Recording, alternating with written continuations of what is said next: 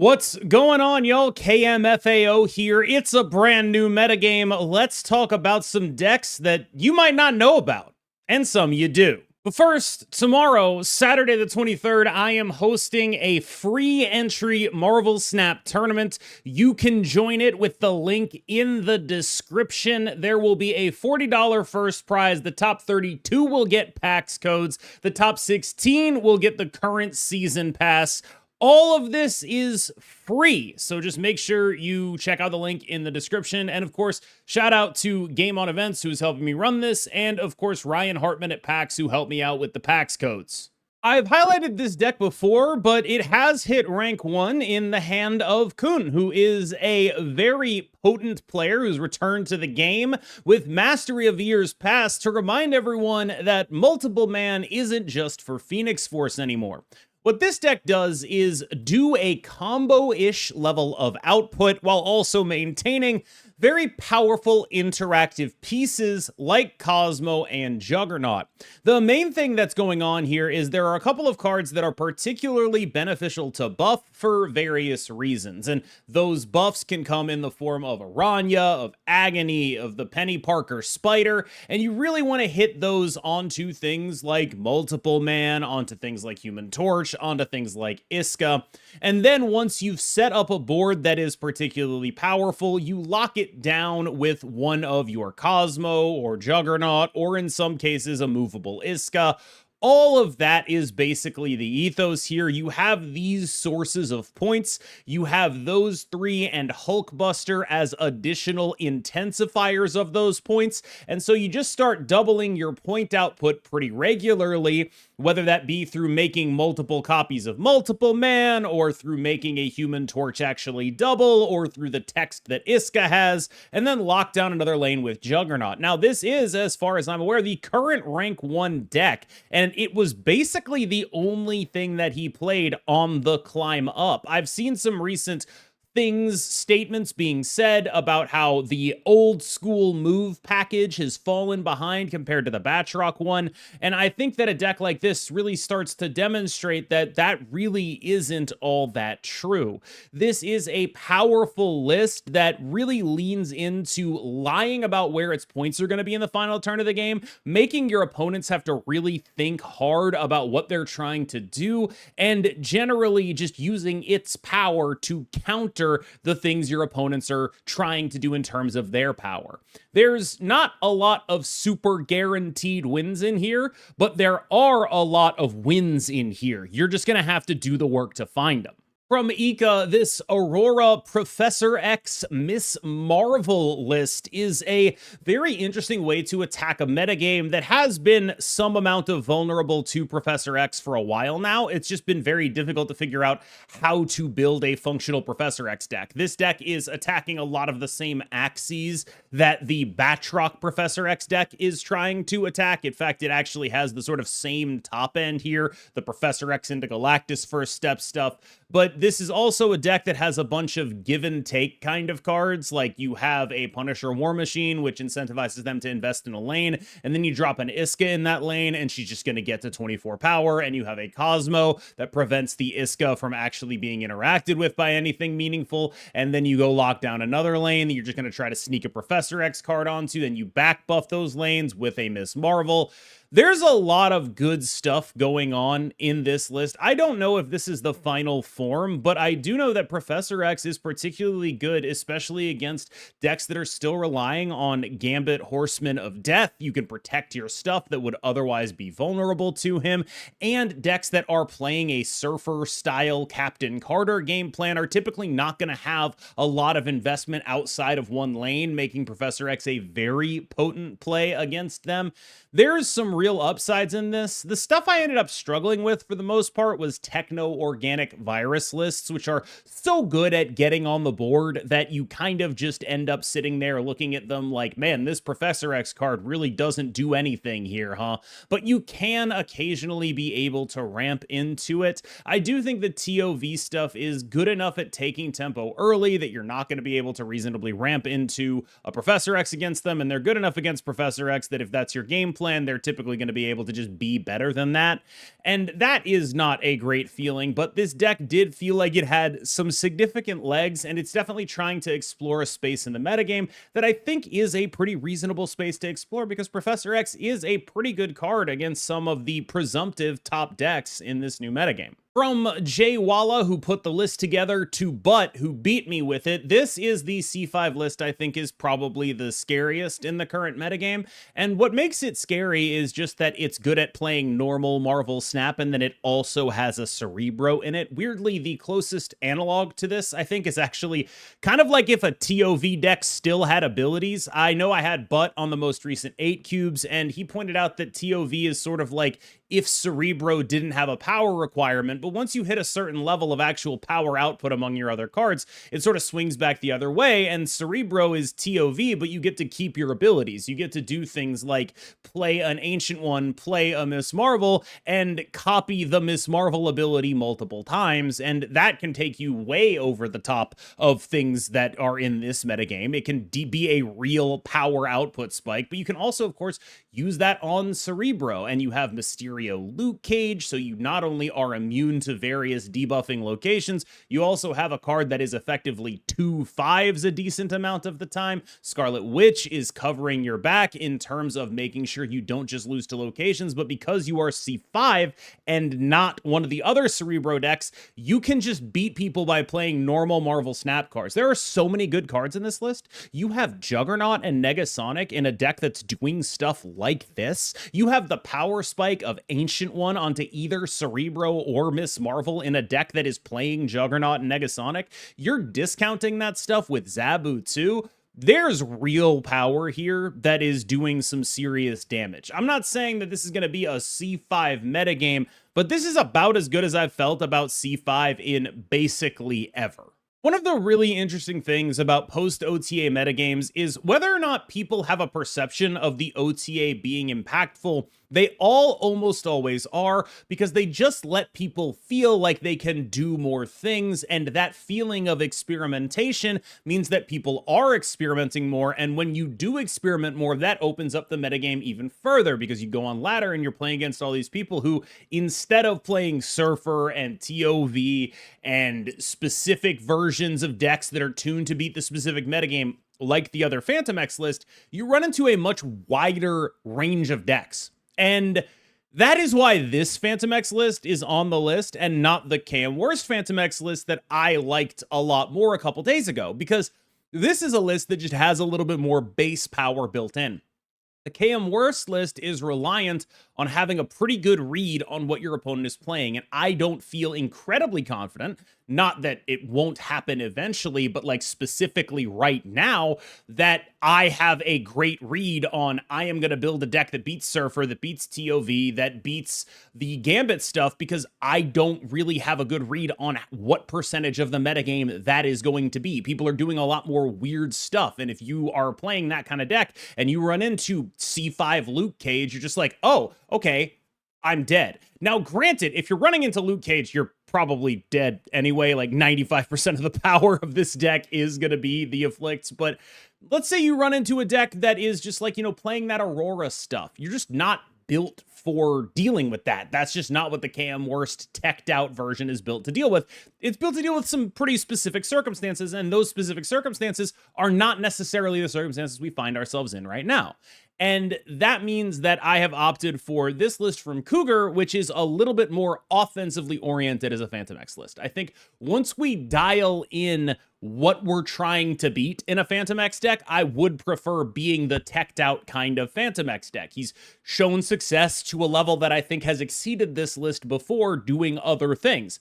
But we are in day one of a brand new metagame. That's the premise of this video. And in day one of a brand new metagame, this is a pretty common refrain across these videos.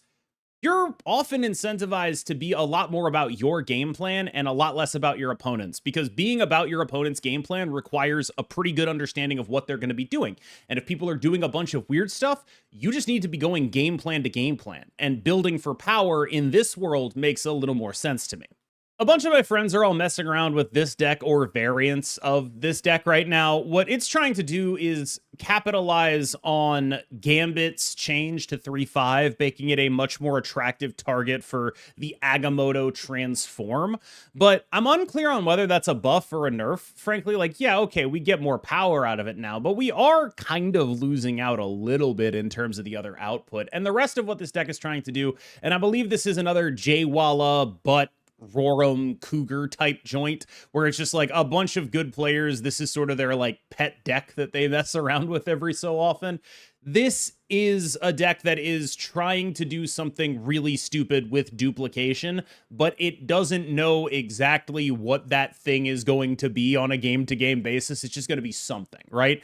Wong Bolts of Balthak. Sure, Wong Mother Ascani. Infinity Ultron, and then you have a Quinjet and they're going on a Wong. Or you are Mother Ascaniing a Gambit, or you're Mother Ascaniing a Bolts of Balthak, or you have a Sage and a Wong, or you're like, you get what I'm saying here, right? Like, this is just, something is going to happen and I'm going to multiply something by something else, and that's going to be an amount of points that you have to deal with. And I think part of the reason that good players gravitate towards this is because you're just like, I don't know what that thing is going to be. There's a lot of variance game to game in terms of what my specific game plan actually is.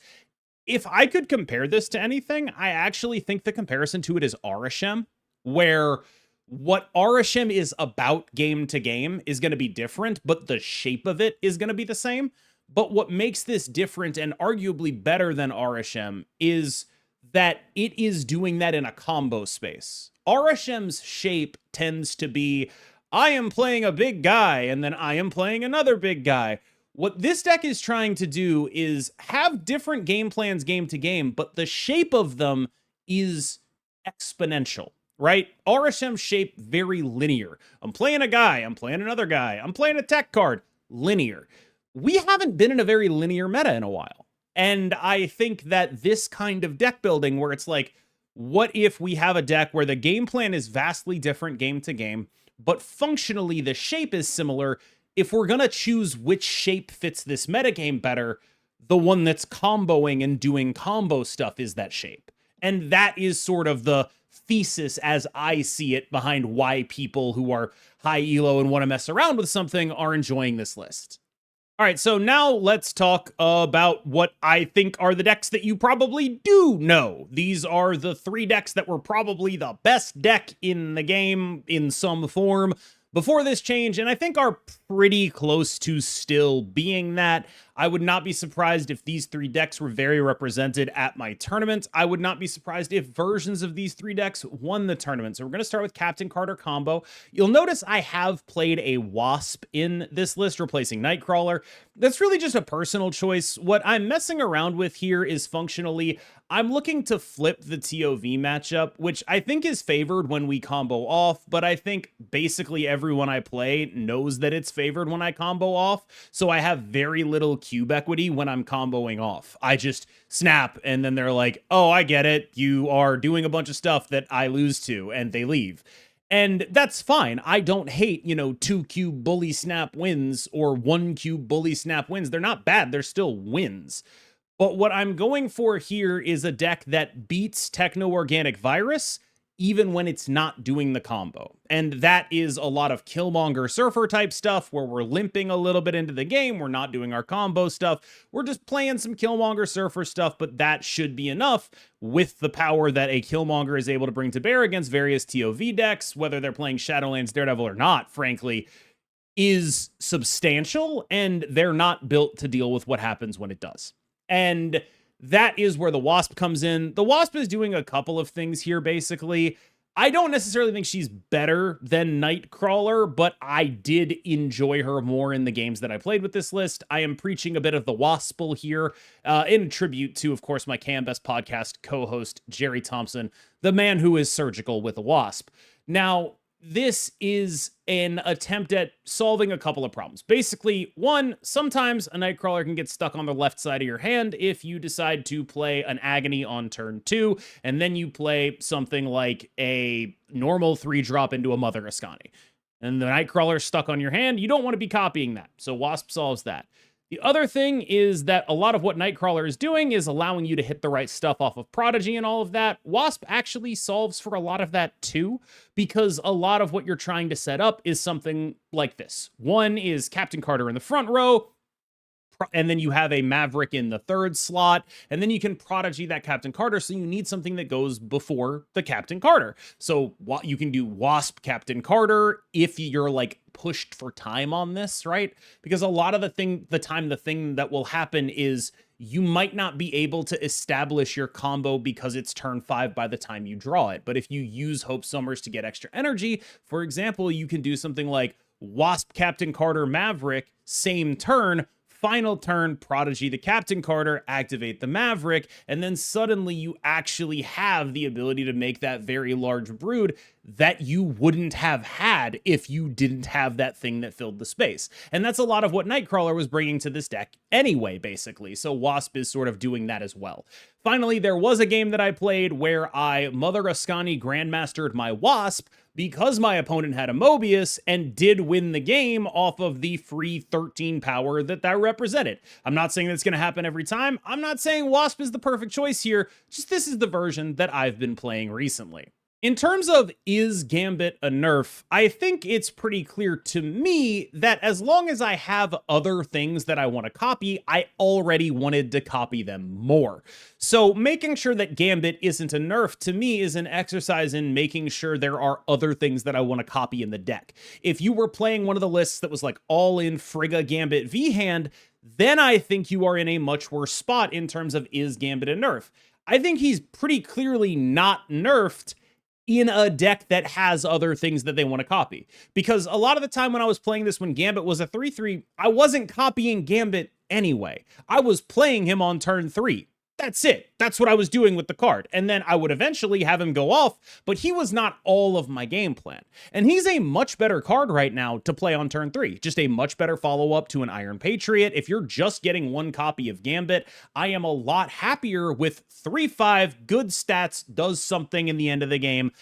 Just fine with that because he's not the core of my game plan. He is a supplemental piece, but I'd much rather copy Victoria Hand. I'd much rather copy Sasquatch. And that is what I think the big deal here is. And whether or not you're using Sasquatch or Lin Lee or whatever really as your method of getting tall, I think is almost immaterial. But what I really do think matters is making sure you have two things that aren't Gambit in your V-Hand deck, including V-Hand, that you want to copy. And once you are at that space, you will probably be fine. This will not feel like a meaningful nerf to you. It sometimes might feel like a buff.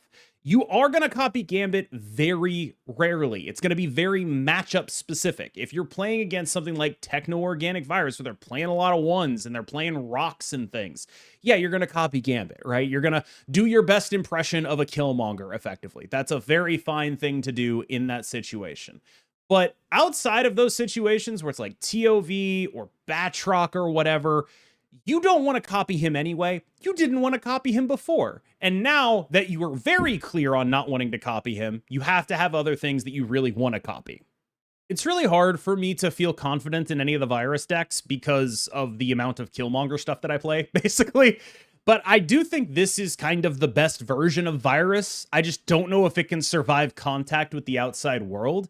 And I think to some degree, maybe Virus itself can't, but at least the Star Brand builds are like big, right? Like, I really like this build of Virus because it is able to do all this back buffing stuff, but I might just be off on this. Like, I might just be dead wrong about my approach to this. It might be better to be a Star Brand build that's like playing Scar and Sasquatch because it's not going to be as vulnerable to Killmonger. That might be just a strictly correct thing. Like, Virus is the deck that I feel of this group of decks I am the least confident that I have something pretty close to the right build of, because there's so much fluidity and so much metagame stuff that rotate around specifically Techno-Organic Virus. And what I mean by that is, of these major decks, it is the one that is the easiest to copy by a mile, right? Or the easiest to counter by a mile. I talk a lot about how good Mobius is against Gambit, but that's not like an obvious thing, right? Like, it's true, but it's not something everyone immediately understands intuitively. what's everyone immediately understands intuitively is if you're playing a bunch of 1-drops, I'm going to Killmonger you. Everyone gets that. That is not a thing that is extremely difficult to understand. It's not a thing that you have to sit there and think, oh yeah, that does make sense. You're playing a bunch of 1-drops, I Killmonger you, good luck, bro. And that dynamic is, to me, what's shaping the future of the techno-organic virus list. This is the list I would want to play, but I don't know that I can. And I'm really excited for tomorrow's video, which will be going over decks from my tournament so I can see what people actually did. All right, y'all, thank you so much for watching. As always, remember to like and subscribe if you enjoyed the video. I've been KMBest. Remember, tournament, free, description, join it. It's great. It'll be great prep for the next Golden Gauntlet, which is on, I think, June 6th. This is going to be basically the same exact rule set and a lot of good players in the bracket. You will get some really good practice out of this, and it's totally free with prize support all the way down to top 32. Anyone can sign up. It is super, super dope. So I hope to see you all there. Tomorrow we'll be broadcasting it live on my Twitch. The gameplay will be delayed. I won't be. We've got a whole technical setup on the back end, but please do check it out. All right, y'all. Thank you so much, and I will see you in the next one.